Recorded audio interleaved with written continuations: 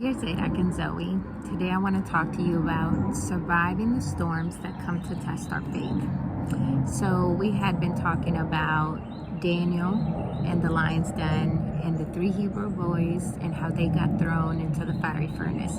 So imagine what it might have felt like for them. It's very easy to just read, their story and knowing that their end is going to be great. Just imagine, it was just a little test.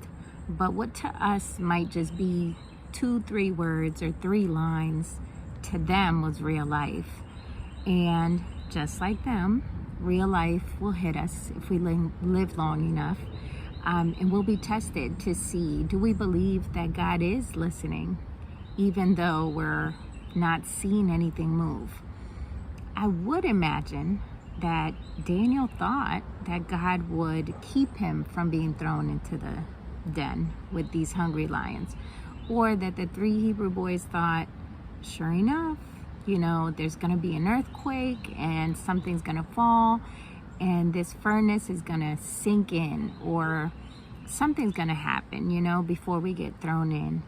But can you imagine when you're that close to a burning furnace, right?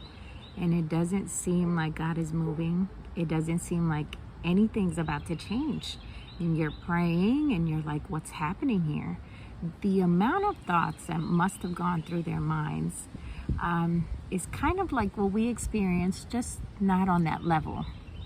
And what I mean by that is sometimes in our lives, we call out to God and it may appear that nothing is moving, nothing is shifting. And I want to talk to you about that specific moment, the moment in between your prayer and the prayer being answered, right? Whether it's a yes or a no or whatever the case might be, but the in between, it might seem like it's going to take you down. It might seem like things aren't moving, like where is God, right? And so I think one of the first things that we have to do with God is be honest, be vulnerable. And I read this story and it really touched my heart with the way, if you read in Mark 9:17 on down, I'm going to summarize it. This man comes up to Jesus and his disciples. First, he presents this child of his. The child is possessed. And he explains the situation and he tells Jesus, look, I brought him to your disciples, but your disciples couldn't pray this demon out. Like, he's still possessed. And right away, Jesus answers, "O faithless generation, how long shall I be with you? How long shall I suffer you?" So right away, like with that response, I would have been like, is he talking to me? Probably walked away like, thank you so much for your time, and walked away, because he's saying that, is he saying that I'm faithless? Is he saying that his own disciples are faithless? We don't know. It doesn't specify. Maybe he's saying everybody there is faithless. And instead of getting offended, this man is so desperate that he stays. They bring his son to Jesus, and I love this verse. Jesus asked them, how long has this been going on? And the man says, since he was a child. And he keeps going. He says, and oftentimes it has cast him into the fire and into the waters to destroy him. But if you can do anything, have compassion on us and help us. And that verse made me cry, because instead of getting offended by, Jesus possibly calling him faithless and saying, how long must I be among you? Or, leaving because he realized, hey, the disciples here tried and nothing changed. He decided he was going to stick around and he was going to call out to God and humble himself. He was desperate, And I think that's important, being desperate and vulnerable with God. So I love this other part. It says, have compassion on us and help us, right? That's a prayer. Verse 23 says, Jesus said unto him, if you can believe, all things are possible to him that believes. And straightway the father of the child, is beautiful, cried out and said with tears. So at this point, the father is crying and he has tears in his eyes, vulnerability, humility, and you see it here, and desperate. He doesn't want to show, he just wants his son to be okay. He wants his son to be healed. So he says, Lord, I believe. Help thou, or please help my unbelief. And I love the humility in this man. And I feel like it shows what a lot of us go through. You have the truth of God's word and the fact that you know God to be a healer, you know God to be a deliverer, but also you see the situation before you and how you've prayed, right? Because they prayed, the disciples prayed, and it didn't move. And you see this, and that's another truth. In the natural, right? You see, so you have these two truths that you have to balance out. So he says, I believe. I want to believe. I've seen you do miracles. I know you can do it with my son, if you will.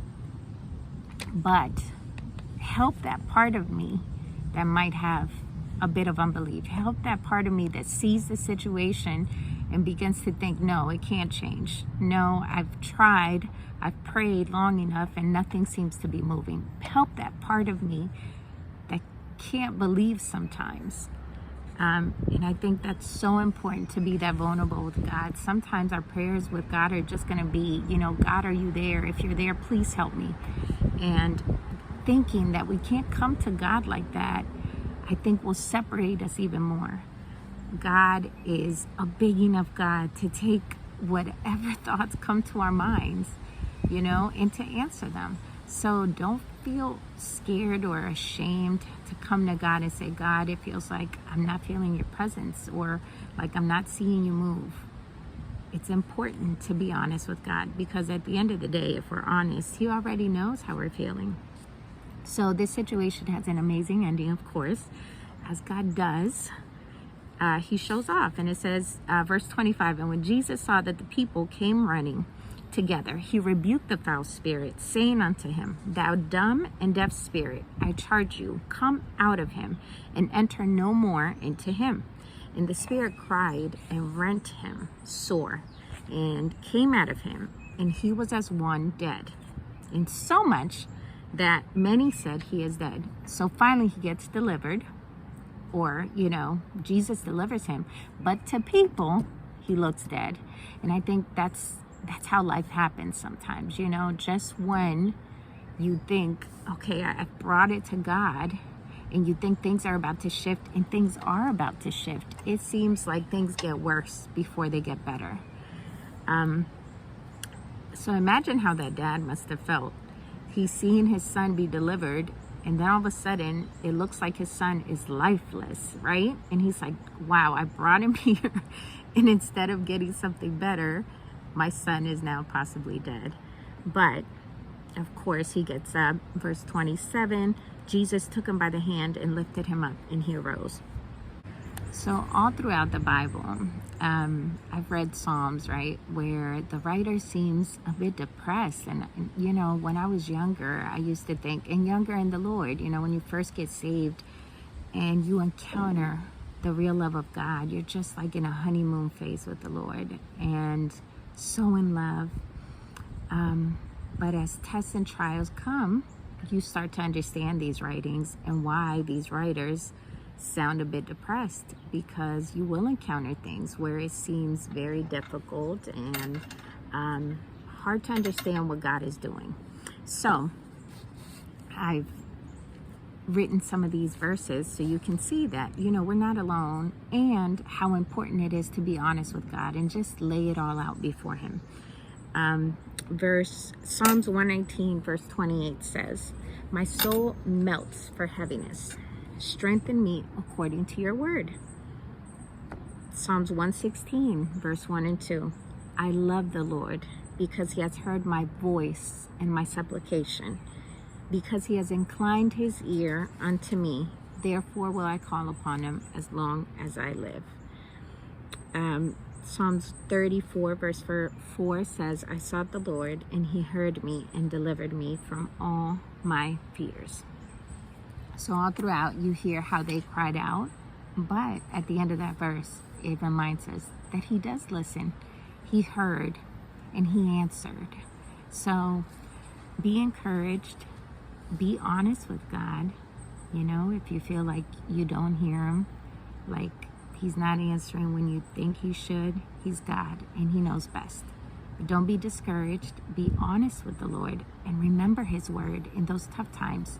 Remind yourself, I sought the Lord, and if I seek the Lord, then he will answer. That's what he said. He said, I sought the Lord, and he heard me and he answered, right? So he is listening, even when we feel like he's not, even when we don't see things moving. God could be moving and shifting things that aren't even in our perspective. So remember that God is God. He was the same yesterday, he'll be the same today, and he'll be the same forever.